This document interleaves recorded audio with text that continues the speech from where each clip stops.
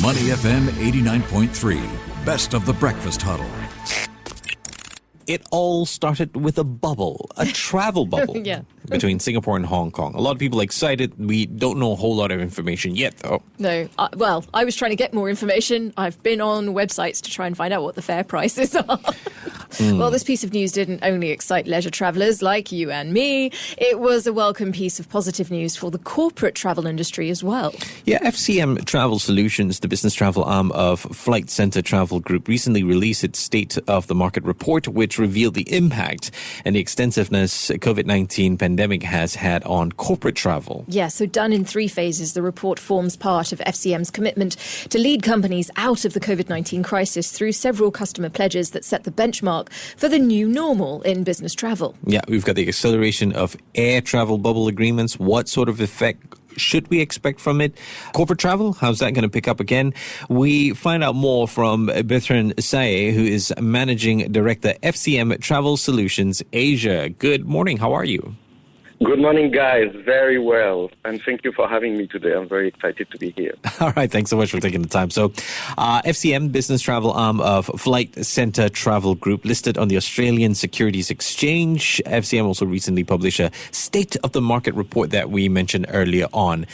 Tell us a little bit more about the report and the need to publish such a report. Yeah, well, listen, no need to tell you that it's been quite a tough year for the travel industry in general, and it all started back in January for us in Asia, and then it extended to the rest of the world in April, obviously. And since we've really struggled with, getting people on planes and getting people traveling for obvious reasons. And particularly in Asia Pacific, as you know, government has been extremely reluctant to open borders and have imposed very heavy restrictions for international travel.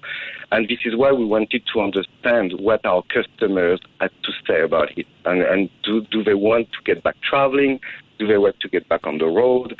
What are their actual needs in terms of, getting people in front of their customers or whatever, And this is why we launched this survey to try and understand what was the feeling around our customer base. So as you said, a lot of people responded to that. And what we've seen is it's actually quite encouraging thinking about it, because what they say is that they want to keep traveling, obviously. They also say that they will travel probably a bit less for the foreseeable future. Most of them say that they will have, reduced budget for the coming years. But what we've seen as well is a massive take-up of domestic travel.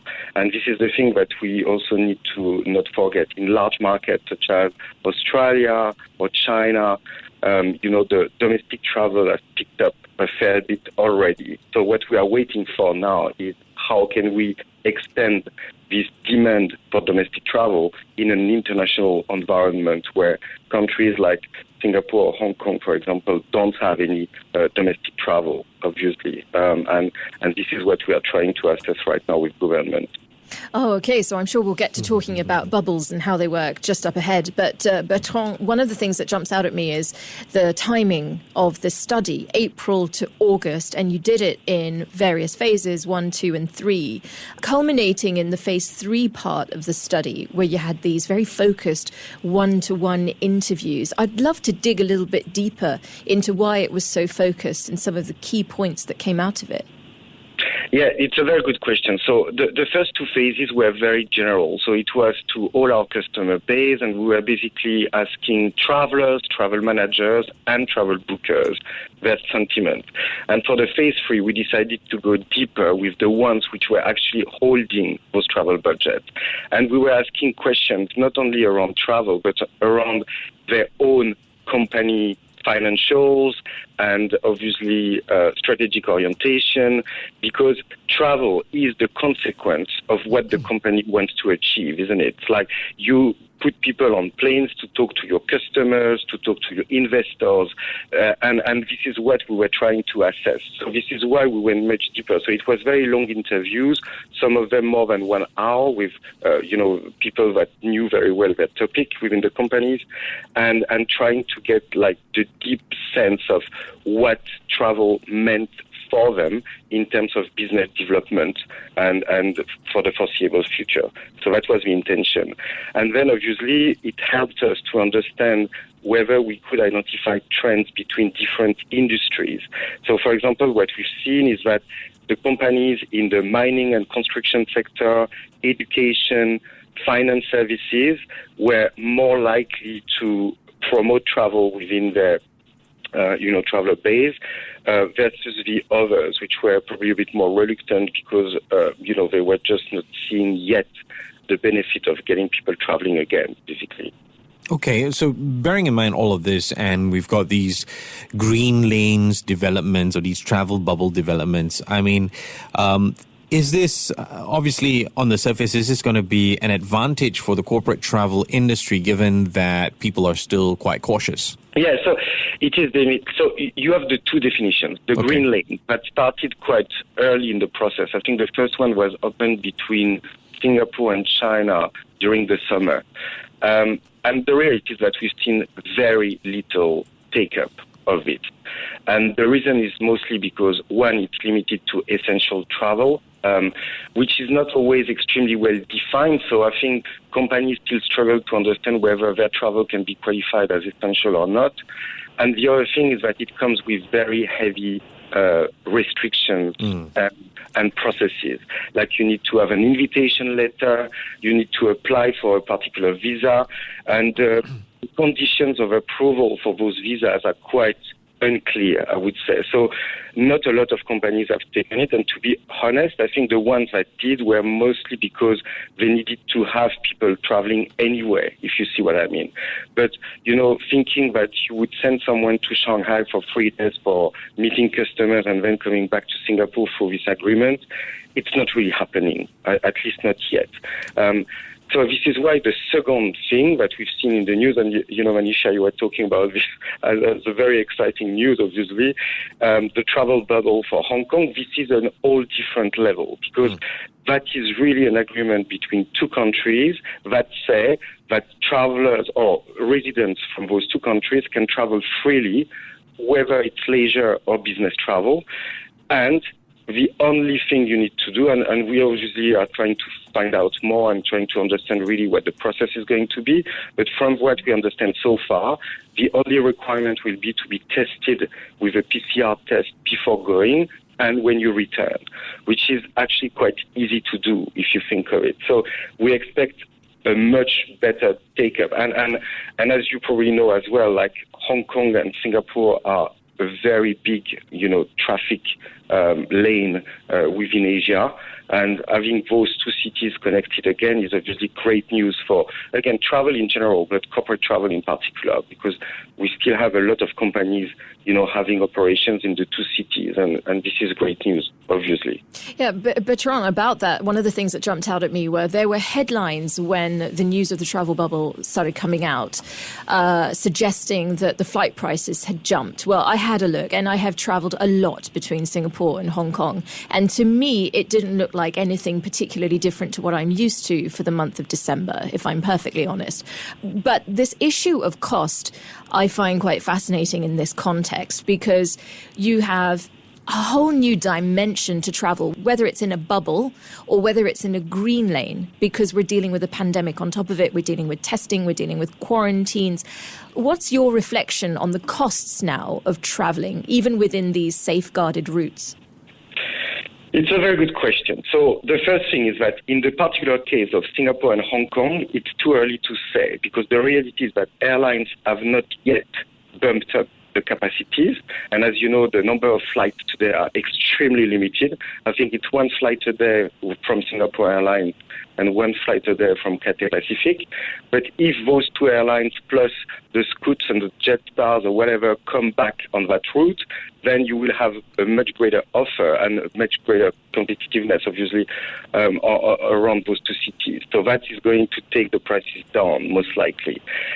When you look at the example of China, it's also very interesting because the Chinese government promoted really airlines to keep their capacity at a high level, even during the worst of the crisis.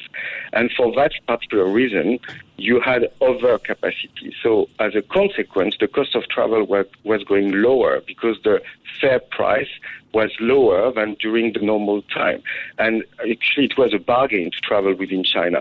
Now that domestic China is back to almost the pre-COVID level, the prices are almost similar to what it was before COVID.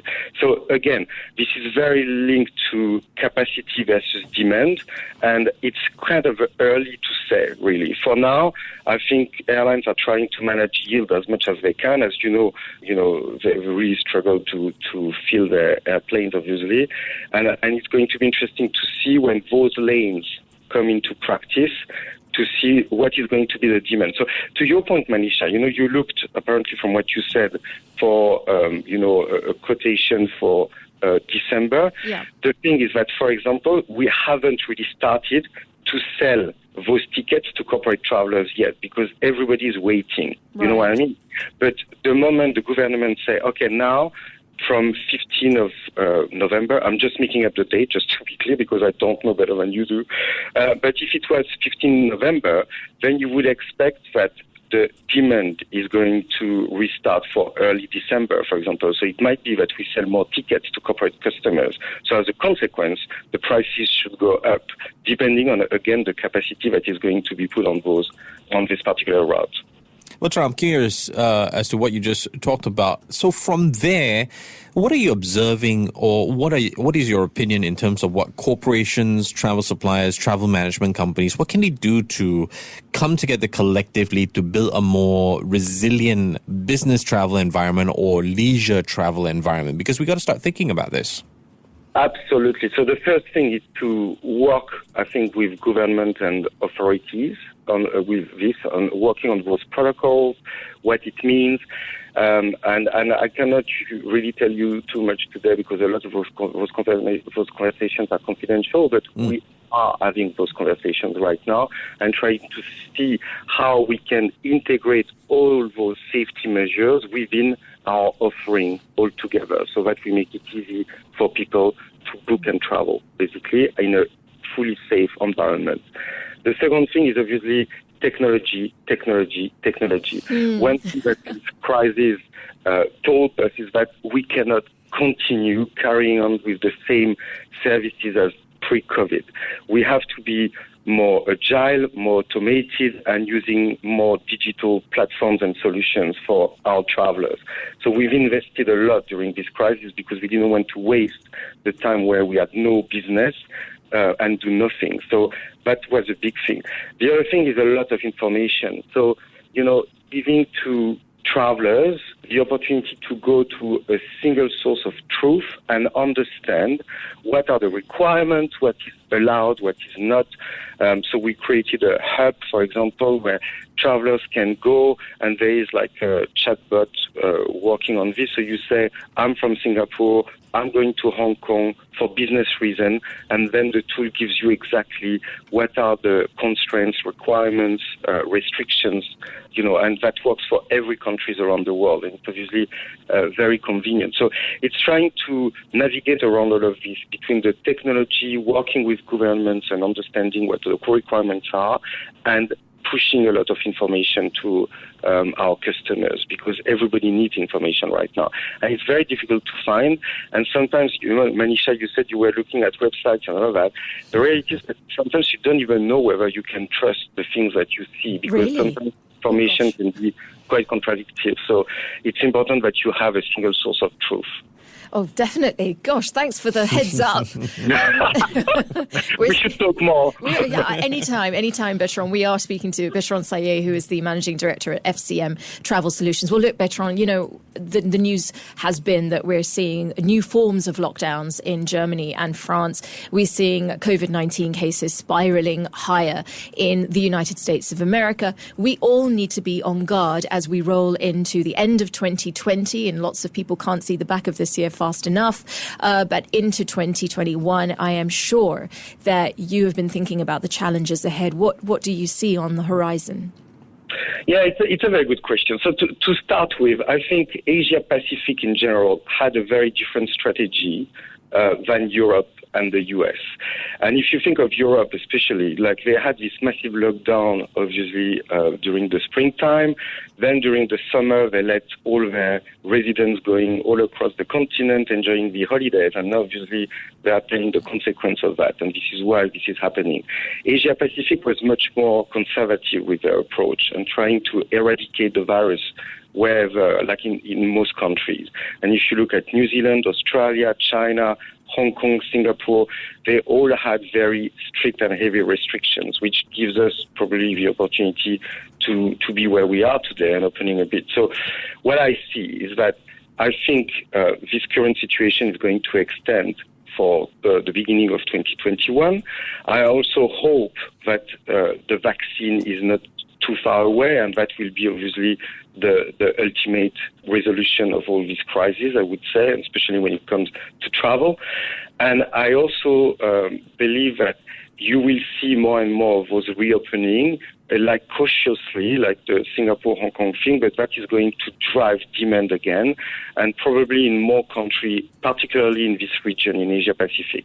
So, I'm cautiously optimistic. I think we've probably seen the worst of the crisis from a travel standpoint, and I hope that from now on, it's going to be about reconstructing it and putting people back traveling and meeting people, because the reality is that without travel, you cannot really sustain growth and business opportunity. And this is why it's so important and strategic to get people back traveling, because this is the blood of the global economy, obviously.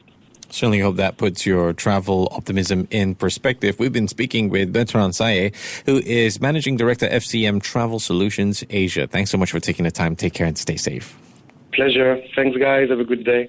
To listen to more great interviews, download our podcasts at moneyfm893.sg or download the SPH radio app available on Google Play or the App Store. Play or the App Store. Play or the App